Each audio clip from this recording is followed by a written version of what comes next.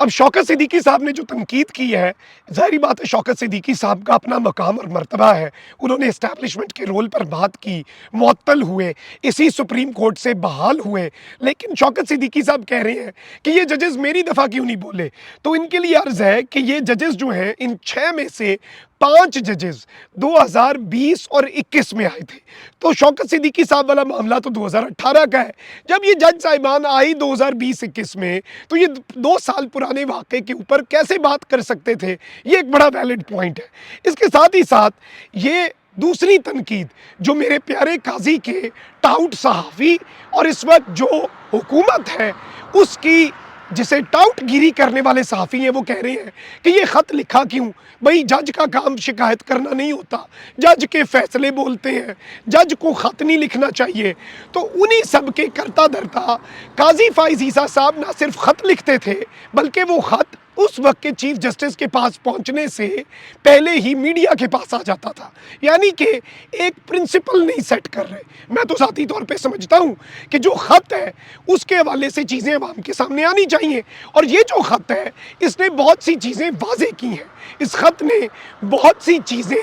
Clear کی ہیں۔ اور اس سب کے اندر یہ بھی کہا جا رہا ہے کہ تیسرا اعتراض کہ یہ سارے 6 جج جو ہیں یہ اکٹھے ہوئے ہیں ایک جج کو بچانے کے لیے۔ نارملی ایسا ہوتا نہیں ہے، ایک جج کو کوئی ساتھ 2-3 ساتھی جج ہوں گے جو مل جائیں، اور امپورٹنٹ چیز یہ ہے کہ جس ایک جج کو بچانے کی یہ بات کر رہے ہیں کہ یہ جج میدان میں آئے ہیں، ان کے خلاف تو اب جا کے کارروائی ہونی ہے۔ تو ان ججز کو سال پہلے پتہ لگ گیا تھا کہ یہ اپنے چیف جسٹس عامر فاروق کو خط لکھیں۔ ایک خط لکھا گیا مئی 2023 میں، ایک خط لکھا گیا فروری 2024 میں، اور جب ان کے اپنے چیف جسٹس نے کچھ نہیں کیا اس کے بعد انہوں نے قاضی صاحب کو نہیں، یہ خط سپریم کورٹ کو بھی نہیں لکھا گیا، یہ خط لکھا گیا ہے سپریم جوڈیشل کاؤنسل کو۔ اور اس سب کے اندر جو امپورٹنٹ چیز ہے وہ یہ ہے کہ آج میرے قاضی صاحب نے فل کورٹ بلائی، اور یہ فل کورٹ جو ہے اسی سپریم کورٹ کے اندر بلائی گئی۔ اس کے بعد قاضی صاحب کے جو قریبی صحافی ہیں انہوں نے ایک دعویٰ کیا کہ کچھ ہی دیر کے اندر اس فل کورٹ کا اعلامیہ آ جائے گا، یعنی کہ انہوں نے کلیم کیا کہ ایک اعلامیہ آنے جا رہا ہے، اور یہ اعلامیہ اس وقت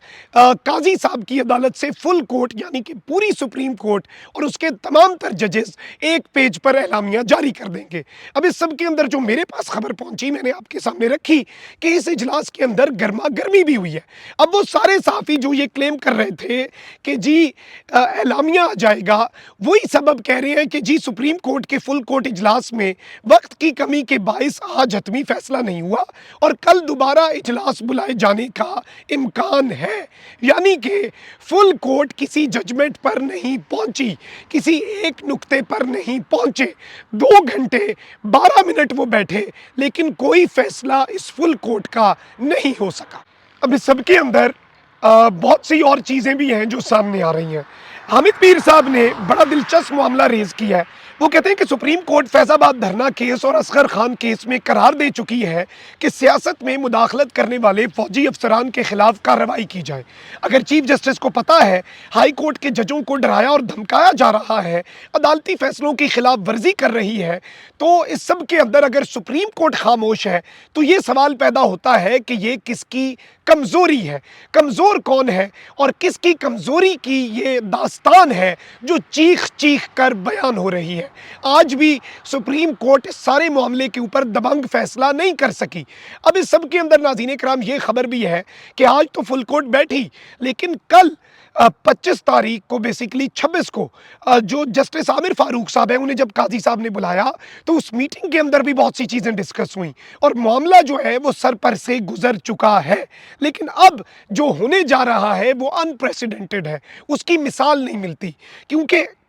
جمعرات کے دن یعنی کہ آج 2 بڑوں کی ایک اہم ترین ملاقات ہونے جا رہی ہے، انپریسیڈنٹڈ ہے، ہسٹری میں اس کی تاریخ نہیں ملتی، اس کا آئینی مینڈیٹ بھی کوئی نہیں ہے، یعنی قانون اور آئین کے اندر اس طرح کی ملاقات جو ہے اس کی گنجائش بھی نہیں ہوتی۔ وزیر اعظم شہباز شریف اور چیف جسٹس پاکستان قاضی فائز عیسیٰ کے درمیان بروز جمعرات 2 بجے سپریم کورٹ میں ملاقات ہوگی۔ اٹارنی جنرل پاکستان اور وزیر قانون بھی ہوں گے۔ اسلام آباد ہائی کورٹ کے ججز کے معاملے پر اٹارنی جنرل نے عدلیہ کے تحفظات کے بارے میں وزیر اعظم کو آگاہ کیا۔ معاملے کی سنجیدگی کے مد نظر دونوں عہدیداران جو ہیں ان میں ملاقات کا فیصلہ کیا گیا ہے۔ اب سوال تو یہ بھی ہے کہ اس ملاقات کی آئینی اور قانونی حیثیت کیا ہے، اسپیشلی 6 ججز جو کہ یہاں سے قریب ہی اسلام آباد ہائی کورٹ ہے، اسی روڈ پر، اس سے وزیر اعظم ہاؤس پہلے آتا ہے جب آپ اس طرف کو آ رہے ہوں، پھر سپریم کورٹ اور میرے اس طرف پاکستان کی پارلیمان۔ کیا ایگزیکٹو اور جوڈیشری کے 2 بڑوں کی اس ملاقات کو کیا سمجھا جائے؟ کیونکہ یہاں پر میں آپ کو یہ بتا دوں کہ اس ملاقات کے حوالے سے یہ کہا جا رہا ہے، اس سے پہلے جنرل مشرف نے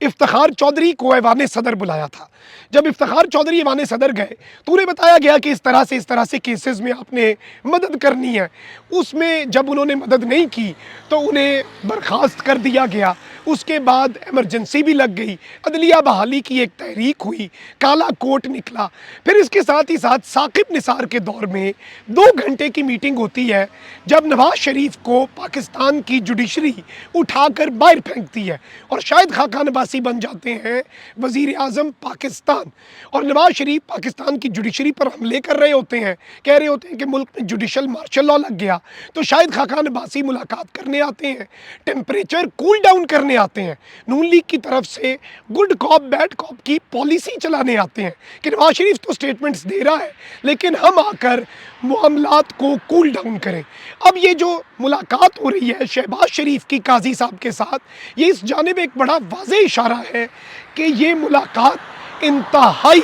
تشویشناک حالات میں ہو رہی ہے۔ اس وقت بہت سے لوگ تو یہ بھی کہہ رہے ہیں کہ صورتحال ایمرجنسی کی طرف جا سکتی ہے، صورتحال کے اندر ملک ایمرجنسی کا کیا متحمل ہو سکتا ہے، اور اس سب کے اندر جو آگ لگانے والے ہیں، جو تیلی لگانے والے ہیں، وہ بھی ایکٹیو ہو چکے ہیں۔ اب اس سب کے اندر جو تیلی لگانے والے ہیں نا، تو ان چیف جسٹس صاحب کے جو خود ساختہ ترجمان ہیں عبدالقیوم صدیقی، وہ نون لیگی صحافی طلعت حسین کی معاونت سے اسلام آباد ہائی کورٹ کے 6 ججز کے سپریم جوڈیشل کونسل کو لکھے گئے خط پر ایک زہریلا سیاسی پروپیگنڈا شروع کر چکے ہیں۔ ریاستی اداروں اور جوڈیشری کے درمیان بڑی جنگ کی راہ ہموار کرنے کے لیے پتہ نہیں اب یہ کیا کر رہے ہیں، کیونکہ میں آپ کو یہاں پر یہ بتاؤں کہ طلعت حسین صاحب نے کہا ہے کہ مجھے یہ لگتا ہے، یعنی اب وہ اسے انفارمیشن کی بیس پہ کہہ رہے ہیں یا طاقتوروں کو ٹوئی لگا رہے ہیں، انہیں تیلی لگا رہے ہیں، ان کا یہ کہنا ہے عبدالقیوم صدیقی صاحب کو انٹرویو دے کے، یہ انجمن ستائش بامی والا معاملہ ہے، وہ انٹرویو کے اندر کیا کہہ رہے ہیں کہ مجھے لگتا ہے کہ پاکستان کی اسٹیبلشمنٹ اسے، یعنی کہ 6 ججز کے اس خط کو ایک پولیٹیکل مینوور کے طور پر دیکھے گی، یعنی کہ اسے ایک ان کی طرف سے سیاسی چال کے طور پر۔ اب اس کا مطلب یہ ہے کہ اسٹیبلشمنٹ اس کے خلاف کچھ کرے گی۔ اب ملبہ پہلے ہی بات ہو رہی ہے کہ ان ججز کے اوپر ڈالا جائے، تو صورتحال انتہائی خطرناک ہے۔ میں نے جس طرح سے آپ کے سامنے بات رکھی، اور معذرت کہ گلا خراب ہے لیکن خبریں ایسی ہیں کہ آپ کے سامنے رکھنا مجبوری ہے۔ اپنا بہت خیال رکھیں۔ اللہ نگہبان پاکستان سے۔